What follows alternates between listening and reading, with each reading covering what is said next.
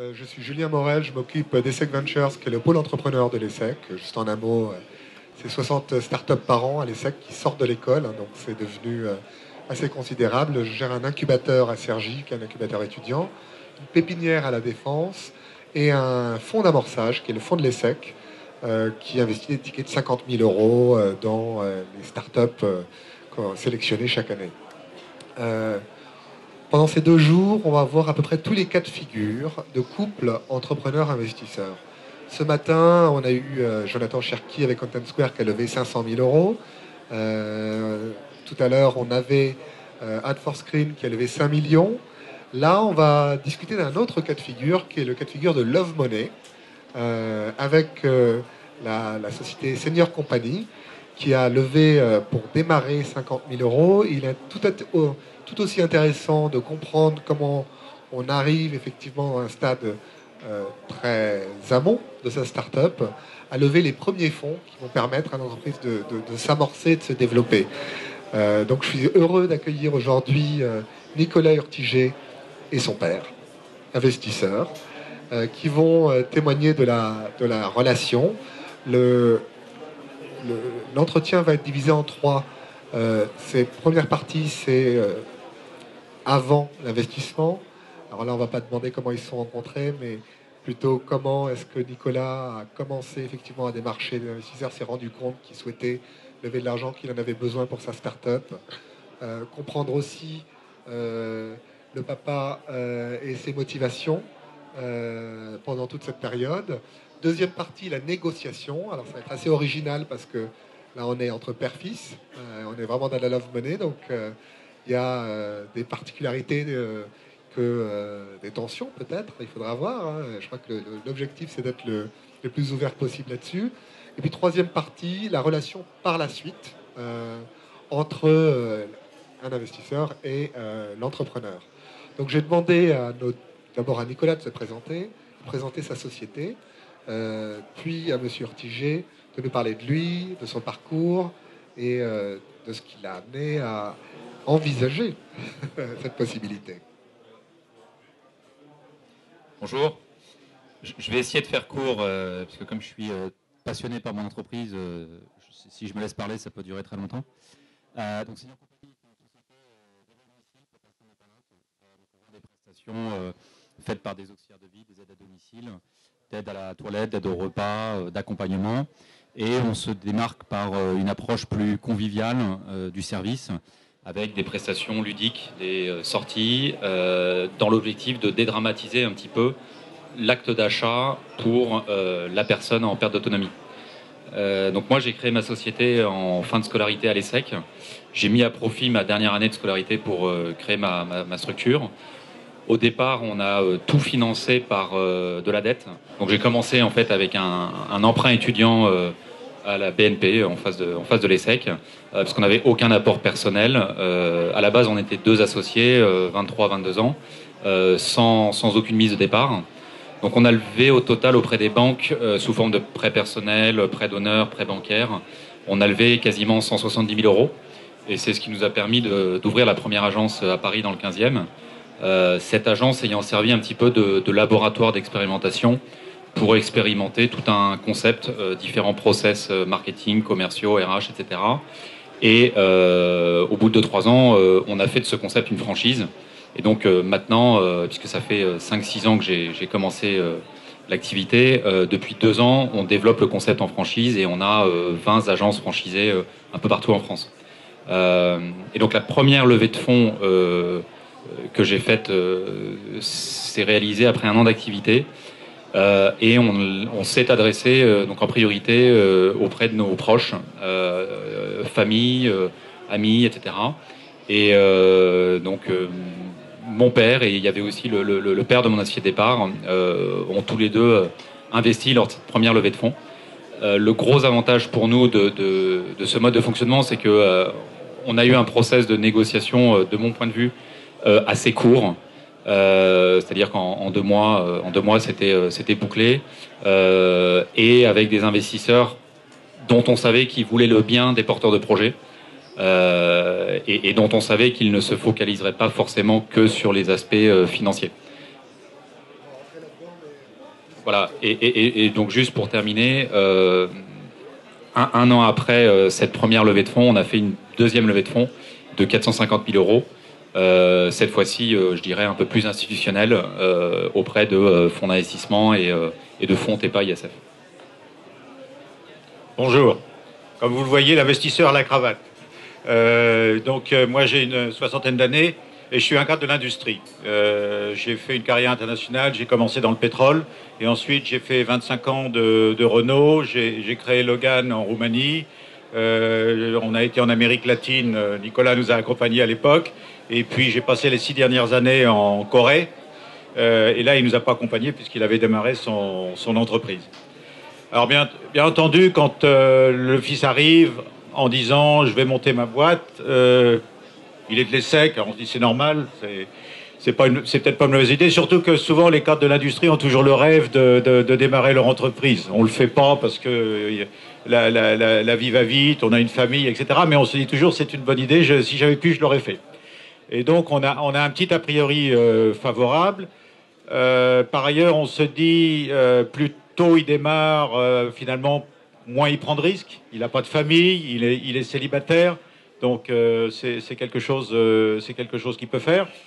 Et puis après, on regarde ce qu'il veut faire. Et là vient le premier problème. Parce que, en général, quand on pense start-up, on pense nouvelles technologies, Internet, etc.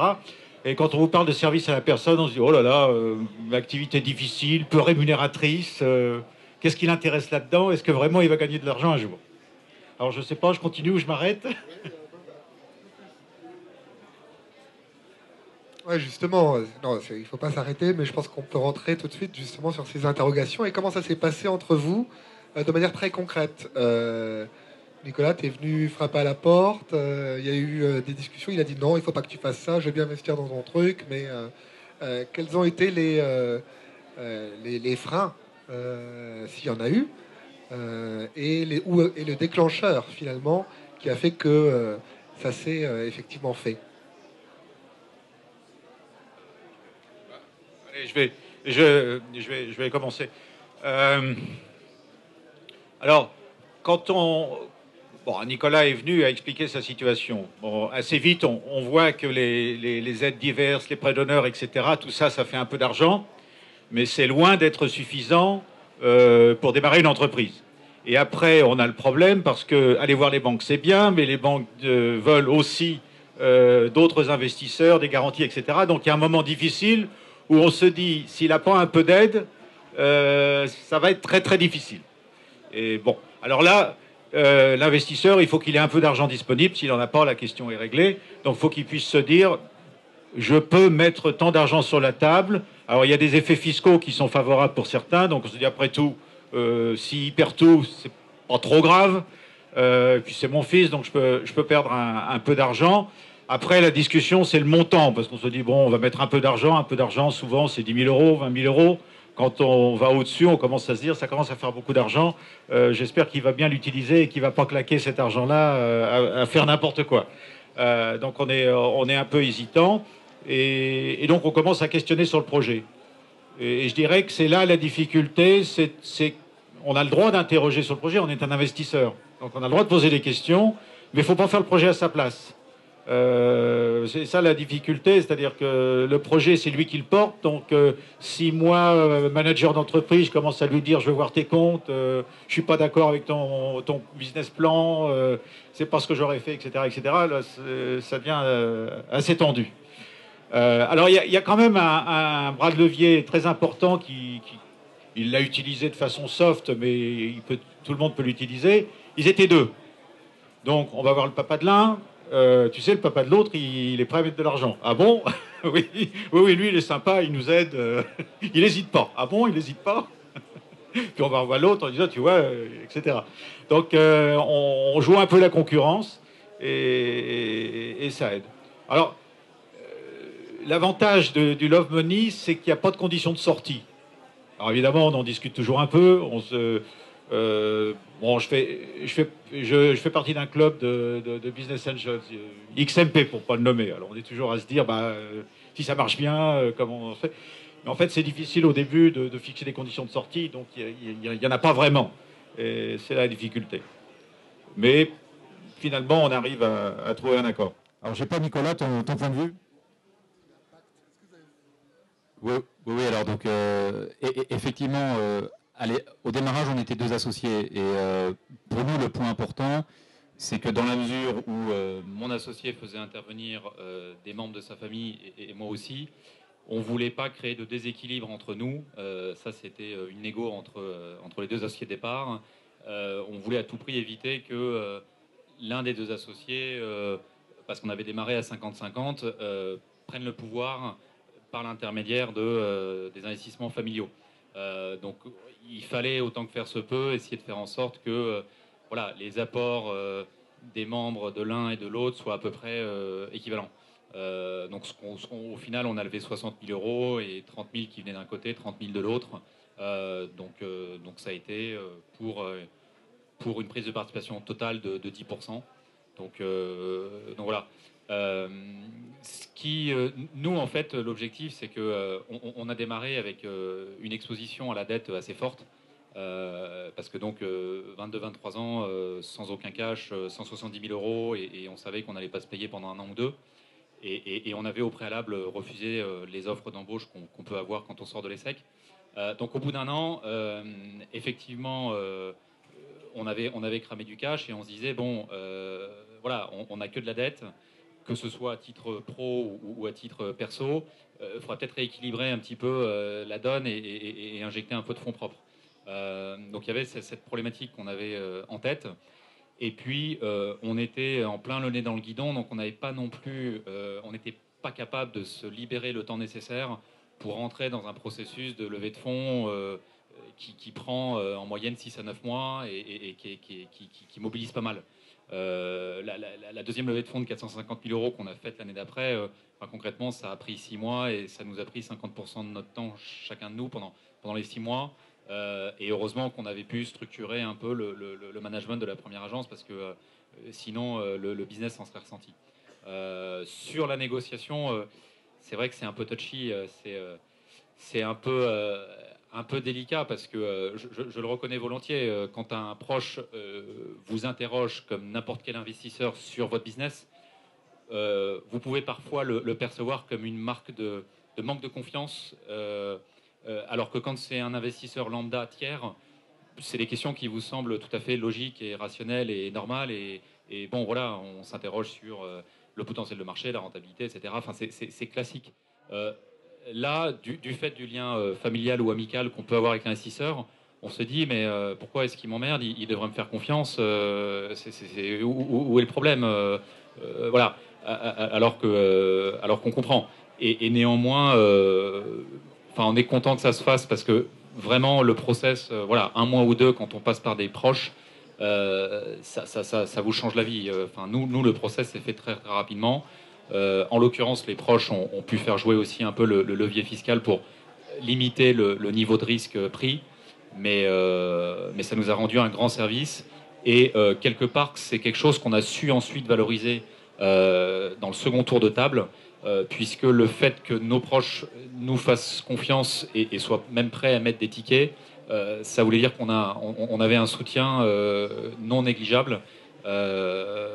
Et donc ça a été un gage de confiance par les différents fonds qui sont rentrés après. Alors, il y a eu un cas particulier, ça arrive souvent au niveau des startups, mais ça a été assez violent pour Senior Company tout au début, c'est qu'il y a eu divorce. Il y a eu divorce entre les associés. Donc vous aviez d'un côté la famille Urtiger, de l'autre côté l'autre famille. Comment ça s'est passé? Et comment est-ce que vous avez réussi à surmonter ce divorce qui était violent, qui arrivait à un moment en plus très important du développement de l'entreprise, avant même de rentrer sur la période d'aujourd'hui, on en parlera tout à l'heure, où ça va très bien. Il y a eu des moments de grosses tensions. Et comment le lien a joué? Est-ce que vous avez été neutre, objectif pour la boîte, ou est-ce que vous avez soutenu votre fils? Quelle a été l'implication? Et inversement de l'autre côté? Alors, juste sur effectivement la séparation avec mon associé de départ. Alors là aussi, c'est un peu tricky, c'est-à-dire que je me suis associé avec un ami. Et c'est à double tranchant parce que quand les choses vont mal, c'est parfois délicat de dire les choses de façon franche et transparente à un ami. Et ce qui s'est passé, c'est que voilà, à un moment donné, on n'était plus du tout d'accord sur la stratégie. Lui avait des contraintes personnelles assez fortes qui l'amenaient à se déplacer et à déménager régulièrement à Grenoble, à Lyon, à Strasbourg. Il s'est peu à peu démotivé du projet. Et faut aussi avouer que entre les objectifs de rémunération de départ pour nous, fondateurs, et ce qu'on a eu au bout du compte, il y a eu un petit décalage. Et je pense que ça a contribué à cette démotivation. Parce que à côté de ça, on avait tous nos amis diplômés de l'ESSEC qui avaient des niveaux de rémunération et des niveaux de vie beaucoup plus attractifs que les nôtres. Donc même si on fait pas ça au départ pour le fric, parce qu'il y a forcément une passion et une part d'inconscience quand on monte sa boîte, parce que refuser une offre d'embauche à 45-50 KE pour s'endetter à hauteur de 170 000 euros et pas se payer pendant 2 ans, il y a une part de folie, il y a une part de rêve forcément. Au bout d'un moment, il ne faut pas qu'il y ait un décalage trop fort entre le niveau de rémunération que vous percevez et ce que vous pouvez estimer valoir sur le marché. Et là, la valorisation de ce que je pouvais être rémunéré sur le marché, elle était assez facile à faire avec mes camarades de l'ESSEC. Donc il est sorti. Autant le fait de dire OK, tu sors, ça s'est fait assez facilement. Enfin, facilement, on va dire qu'il n'y a pas eu trop de débat parce que lui-même a eu l'intelligence de prendre conscience du fait qu'il devenait plus un poids qu'un moteur pour le développement de la boîte. Donc il a été assez clairvoyant et lucide à ce niveau-là. Par contre, il avait donc ça s'est fait après le deuxième tour de table. Donc moi j'avais un tiers de la boîte, mon associé avait un tiers et les actionnaires avaient tous un tiers. Et donc là, très compliqué de valoriser les 33% qu'il détenait, parce que lui, forcément, partait sur les valorisations très intéressantes qu'on avait eues avec les fonds, alors que moi, je partais sur le préjudice qui me faisait subir du fait qu'on passait de 2 locomotives à une seule. Donc on a eu une négo très très tendue. Et puis, il a fallu, et là je vais te laisser la parole, ce qui était compliqué, c'est donc il y avait le père et le beau-père de mon associé qui étaient aussi dans la boîte. Donc à partir du moment où l'associé part, le père et le beau-père étaient rentrés parce que l'associé était là, il est plus dans le projet, quel intérêt ils ont à rester, et donc là aussi, bon, il a fallu les faire sortir, mais ça a été un peu compliqué. Oui, alors, bon, c'est une banalité, mais il faut toujours leur dire, en business, il n'y a pas d'amis. On est amis pour la vie, mais quand on est associé, en général, ça ne dure pas. Alors, ce qui est intéressant d'ailleurs, c'est que très souvent, quand vous avez des associations comme ça, les amis, la famille, etc., commencent à avoir une opinion sur la paire. Et commencent très tôt à dire tu travailles trop, l'autre fait rien, c'est toi qui fais tout, etc. Et ça marche des deux côtés, et ça peut créer très vite des tensions. C'est-à-dire si les associés écoutent trop la petite amie, les parents, etc., ça devient vite invivable. Ce qui fait que, d'ailleurs, très souvent, ça craque parce que la tension devient trop forte. Alors, quand on est investisseur Love Money, le premier jour, quand on fait le chèque, on est content, on va aider son fils, etc. Mais le lendemain, on est investisseur. Et on commence à avoir une approche patrimoniale. Et donc, on se dit, j'ai mis de l'argent là-dedans, si ça marche, je ne veux pas être dilué. Donc, quand il fait des augmentations de capital, je veux savoir ce qui se passe et je donne mon avis. Je ne m'occupe pas de la gestion de l'entreprise, mais en tant qu'investisseur, je ne veux pas me retrouver avec quelque chose qui ne vaut rien. Et quand on est obligé de racheter une partie des parts aux associés, là aussi, en tant qu'investisseur, je me sens concerné. Et donc, sur cette partie-là, j'ai été beaucoup plus intrusif. Alors, j'ai refusé. Je ne pouvais pas négocier et me mêler de ce que Nicolas faisait. Mais je veux dire que j'ai suivi de très près ce qu'il faisait et on discutait assez régulièrement de ces négociations avec le partenaire et le père et l'ami du père du partenaire. Bon, Dieu merci, ça s'est plutôt bien passé. Nicolas, là, je demande aussi un témoignage parce que je connais bien l'aventure de la boîte. Là, on rentre plus dans l'intimité et l'enseignement. Est-ce que tu penses que les pactes qui avaient été signés entre vous les deux fondateurs, entre vous et les familles respectives, était un peu light, si je... et qu'il aurait peut-être fallu, ou en tout cas ça aurait amélioré certaines choses, que d'avoir anticipé de manière plus pro. Euh, Pas facile quand c'est justement la famille, les amis, mais est-ce que c'était pas nécessaire finalement avec le recul d'avoir anticipé des modes de fonctionnement qui prennent des hypothèses justement négatives pour passer le cap plus facilement? Oui, oui, oui, alors très clairement, hein, et j'ai aucune honte à le dire, on a royalement déconné sur le pacte d'actionnaires. C'est-à-dire que parce que ça nous ennuyait au démarrage avec mon associé de départ, on a signé un truc de 2 pages un peu bidon, copié-collé sur Internet. Et je pense aussi qu'on n'a pas voulu envisager le divorce au moment du démarrage parce que bah, on était dans le rêve et c'est toujours un peu délicat au moment où on se marie parce que c'est presque comme un mariage de se dire bah, on va signer un contrat de séparation de biens au cas où on divorce. Et donc on a dû se poser les questions qu'on aurait dû se poser au démarrage au moment où on s'est séparé, avec tout l'affect qu'il y a, qu'il y a avec. Et ça a été très compliqué. Donc, la leçon à en tirer, c'est que en cas d'association, il faut vraiment plus qu'un pacte avec les clauses classiques, préemption, etc., clause de sortie conjointe. Enfin, ça, c'est les trucs classiques qu'on trouve sur Internet. Il faut vraiment prévoir un modus operandi en cas de démotivation ou sortie de l'un ou de l'autre. Parce que à partir du moment où, encore une fois, mon associé était plus dans le coup, ça a été, je pense, psychologiquement assez facile pour lui de se dire, bon, écoute, voilà, j'ai plus la niaque, j'arrête, je préfère que tu continues tout seul, j'ai pas envie d'être un boulet. Ok, très bien. Mais dans ce cas-là, ce que j'ai dans la boîte, combien ça vaut et la part de rêve auquel je croyais au départ, comment je la garde.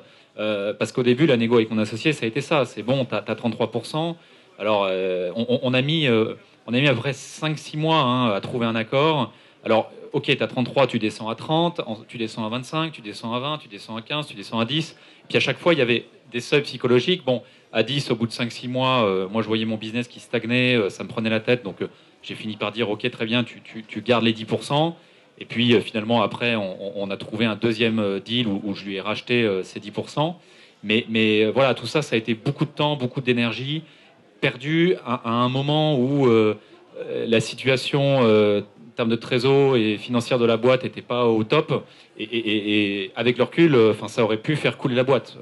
Très clairement, cette séparation, alors qu'à la base, on était d'accord sur le fait qu'il sorte et que je reste, on aurait pu faire couler la boîte. Donc voilà, ça faut vraiment bien anticiper. Puis pour rebondir sur ce que tu disais, oui, j'ai le souvenir d'un dîner avec le beau-père de mon ex-associé, entrepreneur qui a fait fortune dans l'immobilier, qui débarque un soir à Paris, qui nous invite dans un resto un peu chic à Saint-Lazare et qui me cuisine pendant 1 heure pour me demander si je suis pas en train de dégager son gendre de la boîte et si je suis pas en train de l'entuber, quoi. Donc voilà, ce genre de situation, enfin si on peut les éviter et les anticiper, et il faut les anticiper parce que là, en l'occurrence, moi, c'est arrivé au bout de 2-3 ans, mais ça peut arriver au bout de 5 ans, 10 ans, 20 ans, avec à chaque fois le même facteur risque pour la pérennité de la boîte. Ouais, ça, c'est juste une remarque. Autant avec les fonds, les investisseurs structurés, les pactes sont hyper structurés, parfois trop. Autant, et moi je me rends compte tous les jours au niveau des jeunes entrepreneurs qui se lancent, autant les pactes entre fondateurs sont extrêmement négligés. Alors qu'il y a des moyens. Hein. Il y a des moyens d'anticiper ça. Il y a des choses à mettre. Il y a des formats qui existent. Il y a des conseils pour aider ça. Et c'est un investissement nécessaire que moi, en tout cas, je n'arrête pas de conseiller aux jeunes entrepreneurs qui se lancent. Maintenant, on va passer à partie sympa. Parce que après la crise, il y a eu la boîte a rebondi. Aujourd'hui, tu as 20 franchises, je crois, hein, c'est ça. Donc, il y a une remise en cause du business model. Il y a eu un développement par franchise. Est-ce que tu peux nous parler de ça, aussi du rôle de ton père dans l'accompagnement de cette croissance et puis parler également peut-être des autres investisseurs qui sont rentrés par la suite. En quoi le fait que ton père ait investi a été un stimuli pour ces autres investisseurs aussi? Oui, oui, oui. Alors, juste en quelques chiffres hein, pour vous donner le cadre. Donc, nous, on avait démarré, c'était au printemps 2007. Au bout d'un an, quand on a levé les 60 000 euros, on faisait à peu près 100 000 euros de chiffre d'affaires. Au bout de 2 ans, on faisait 400 000 euros de chiffre d'affaires sur une unité. Et donc, c'est là où on a levé les 450 000 euros. ESSEC Ventures a d'ailleurs participé à cette levée de fonds de 450 000 euros, plus donc des fonds ISF, des fonds TEPA. Et c'est à peu près 6 mois. Donc, on avait bouclé l'opération de 450 000 à l'été 2009. Et à peu près 6 mois après, fin 2009, c'était à ce moment-là où mon associé sortait. Et on était sur la base d'une valo pour les 450 000 euros à peu près 1,5 million post-monnaie. Donc, autant vous dire que mon associé qui avait un tiers de la boîte, qui demandait 500 000 euros, voilà, moi, j'avais pas le cash et je l'avais mauvaise. Et j'ai eu la chance, en fait, à ce moment-là, de rencontrer, par le biais du réseau Entreprendre, des experts en franchise. On avait une stratégie de développement de départ visant à ouvrir des succursales, sachant que nous, une succursale, c'est à peu près 100 000 euros d'investissement. Donc sur les 450 000 euros levés, globalement, voilà, il y avait 4 succursales et puis 50 000 euros en plus pour renforcer un peu les fonds propres. Et mon ex-associé avait commencé à ouvrir une première suc à Lyon, mais qui n'a pas fonctionné. Alors ça n'a pas aidé ensuite à la négo parce que je le tenais pour en partie responsable de cet échec. Mais le côté positif, c'est que ça m'a amené à revoir complètement effectivement notre mode de développement et à opter pour une stratégie de développement en full franchise. Donc on a investi, il me restait quand même un peu de cash hein, sur les 450 000 euros. Donc on a investi quand même 200 000 euros pour conceptualiser, packager le modèle en franchise, rédiger les contrats de franchise, etc. Lancer une opération de com un peu punchy, ambitieuse. Et donc ça fait maintenant 2 ans et demi qu'on a lancé le développement du réseau en franchise. Ça fonctionne super bien. Moi, effectivement, encore une fois, pour voir le côté positif des choses, j'ai eu l'impression d'avoir perdu du temps sur des sujets à faible valeur ajoutée. Et donc, quelque part, j'étais au top en termes de motivation pour développer la franchise. Donc, ça fait 2 ans et demi qu'on se donne à fond avec mon directeur du développement, qui est d'ailleurs présent, Philippe Dacier. Donc, on a réussi la première étape de sélection des 20 premiers franchisés, ce qui n'est pas évident parce qu'avec une seule unité pilote, avec peu d'ancienneté et peu de track record, c'était pas évident de faire signer les premiers franchisés. Là, on commence à avoir des résultats hyper encourageants des premiers franchisés, donc on peut viser les 200 franchisés d'ici quelques années. C'est quelque chose de tout à fait réalisable. Et voilà, je vais peut-être te laisser la parole parce que sinon je vais monopoliser le débat. Bon alors, qu'est-ce que je pourrais dire? Premier point, l'échec de la succursale. On le voyait venir vu de l'extérieur. Hein. Bon, on les a laissés faire, mais clairement, on avait de sérieux doutes et ça s'est confirmé parce qu'on voyait qu'il y avait un déséquilibre et que l'affaire était mal partie. Donc, d'une certaine façon, quand l'idée de la franchise nous a paru rassurant et naturel. Ceci dit, en tant qu'investisseur, je raisonne un investisseur. Si c'est la franchise qui doit être génératrice de cash à terme, je veux être dans la franchise. Donc, on a eu une petite négociation.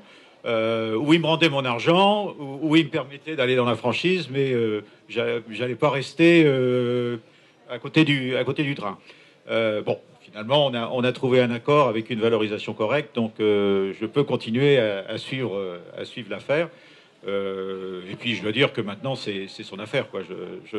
Je l'interroge de temps en temps pour être informé comme un actionnaire, mais sans plus. Demain se posera la question de la sortie, parce que tant que j'ai pas besoin de cet argent-là, bon, je me pose pas de questions, je me dis, il le valorise, tant mieux pour moi. Mais peut-être qu'un jour j'en aurai besoin, donc il faudra qu'on rediscute pour savoir comment on fait ça. Oui, juste pour parler de la sortie, c'est vraiment, enfin, pour moi, et à la limite, que ce soit, parce que c'est vrai vis-à-vis de mon père, mais c'est vrai aussi vis-à-vis d'ESSEC Ventures, entre avoir un investisseur qui a un horizon de sortie clairement défini, 5 ou 6 ou 7 ans, et qui va souvent dans le pacte exiger des conditions de sortie hyper coercitives, parce que souvent l'investisseur a ses propres souscripteurs à rembourser au bout de 5, 6, 7 ans.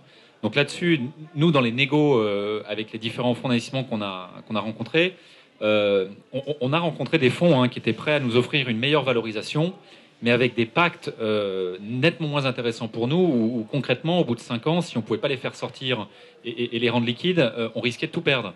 Donc il y avait des clauses de buy or sell ou ce genre de choses.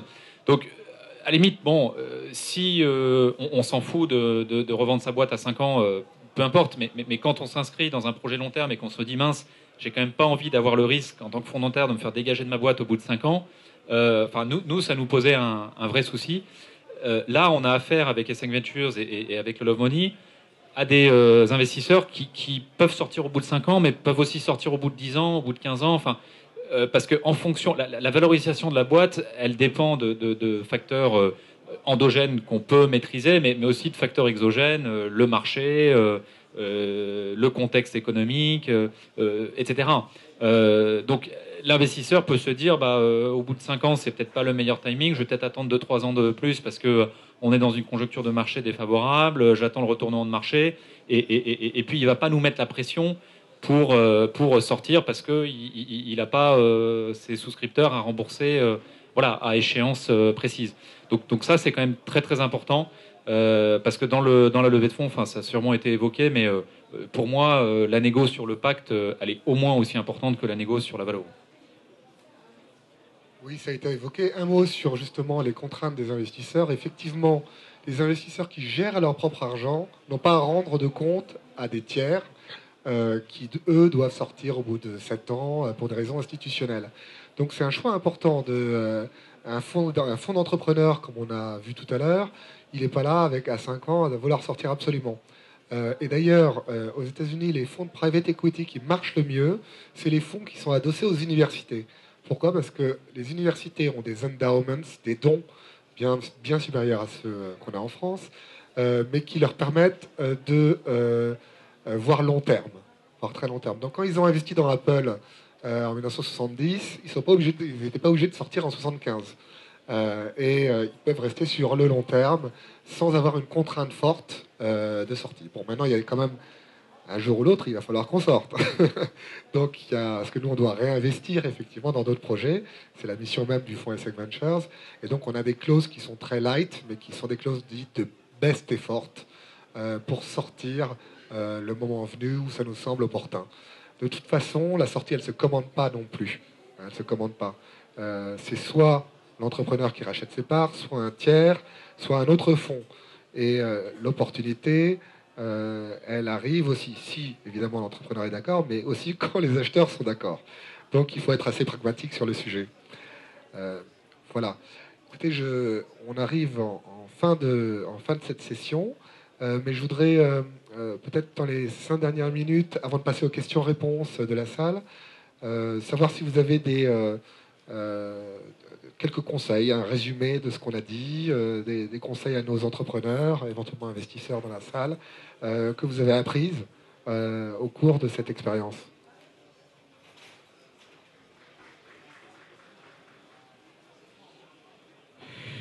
Conseil, c'est un bien grand mot.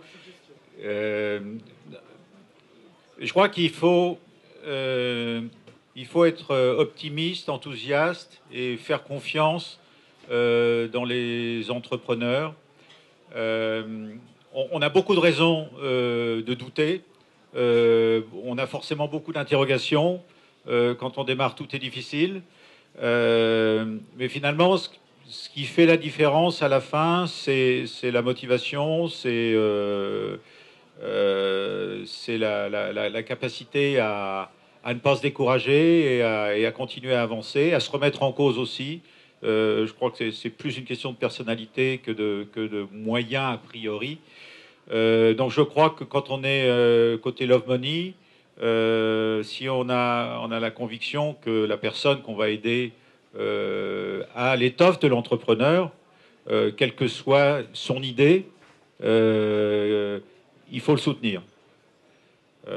Quand c'est pas le cas, c'est un peu difficile. Après, je laisse à chacun la liberté de choisir. Oui, alors bon, moi non plus, conseil, j'ai pas la prétention mais Juste une petite anecdote. Au moment où j'ai annoncé à mon père en début 2007 que j'allais créer une société d'aide à domicile, il était très réfractaire et il m'a demandé pourquoi est-ce que j'acceptais pas les offres d'embauche très alléchantes qu'on me proposait en conseil ou en finance à la sortie de l'ESSEC. Et un an après, j'ai réussi à le faire rentrer au capital de ma boîte. Donc, faut pas désespérer. Je rebondis sur cette anecdote parce que, en fait, si vous voulez, moi, ça fait 5-6 ans que j'ai ma boîte. Des obstacles, j'en ai eu plein, des freins, j'en ai eu plein. Enfin, à tous les instants, j'ai 36 000 raisons d'arrêter et de me dire, mais putain, pourquoi tu t'emmerdes? C'est bon, va prendre un poste de cadre, c'est plus cool, c'est plus tranquille. Mais je pense que moi, ce qui me motive, c'est que je suis vraiment passionné par ce que je fais. Il y a des moments de fatigue, il y a des moments de doute, il y a des moments de baisse de morale. Mais j'adore ce que je fais et pour rien au monde, je ferai autre chose. De façon plus pragmatique, je pense qu'il y a deux facteurs de motivation quand vous êtes entrepreneur qu'il faut préserver. Le premier, c'est la passion et prendre beaucoup de plaisir à faire ce que vous faites. Parce que le jour où vous commencez à ne plus vous amuser au travail et à vous ennuyer, il y a un vrai souci. Quand vous êtes le porteur de projet, c'est pas comme quand on est salarié. Voilà, vous pouvez pas avoir des moments où vous dites mais c'est ennuyeux, je m'ennuie, etc. Et le deuxième point, c'est plus matérialiste, c'est qu'il faut arriver à en vivre. Et ça, il faut être relativement lucide sur le contexte et la situation. Et il ne faut pas se laisser emporter, se laisser obnubiler et foncer dans le mur. Et il ne faut pas hésiter à changer de business model ou à changer votre business plan. Nous, notre business plan de départ, on l'a revu, je ne sais même pas combien de fois on l'a revu en 5-6 ans, mais effectivement, maintenant ça me fait rigoler, quoi, entre le projet que je présentais il y a 5-6 ans et le projet tel qu'il est aujourd'hui, il y a deux mondes, même si on est resté dans la même activité. Voilà.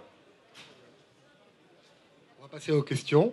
Écoutez, comme dans une salle de classe, levez le doigt hein, pour ceux qui veulent intervenir.